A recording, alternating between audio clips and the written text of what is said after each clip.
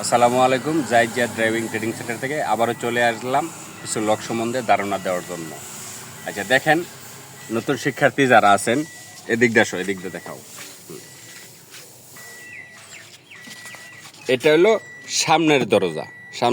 এদিকে উপর দিকে টান দিলে দেখেন গ্লাসটা উঠছে। এই আবার নিচ দিকে চাপ দিবেন, আবার নিচে চলে যাবে। আবার এই যেমন এই বাম সাইড, হ্যাঁ এটা তো রাইট সাইড, এটা হলো লেফট সাইড। লেফট সাইডের দরজা দেখেন চাপ দিলে অটোমেটিক খুলতেছে, আর এটা উপর দিকে টানতে ধরলে লাগবে এই চলে আসবে। ঠিক আছে, এটা দেখেন চাপটা ধরছি নিচে নামতেছে, এটা চাপটা ধরলে এই উপর দিকে উঠতেছে।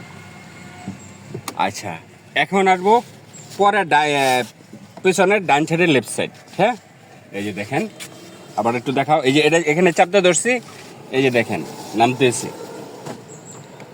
এই আবার চাপ ধরলে উপর দিকে চাপ ধরলে এই উঠতেছে। হ্যাঁ আবার এইটা ঠিক লেফট সাইড, এটা রাইট সাইড দেখালাম, এখন লেফট সাইড একই সিস্টেম।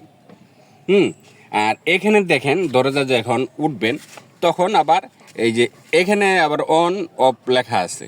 যেমন এটা অন করা, এটা লক করা। যখন সিটে বসবেন, বসার পরে তখন এটা চাপ দিলে লক হয়ে যাবে।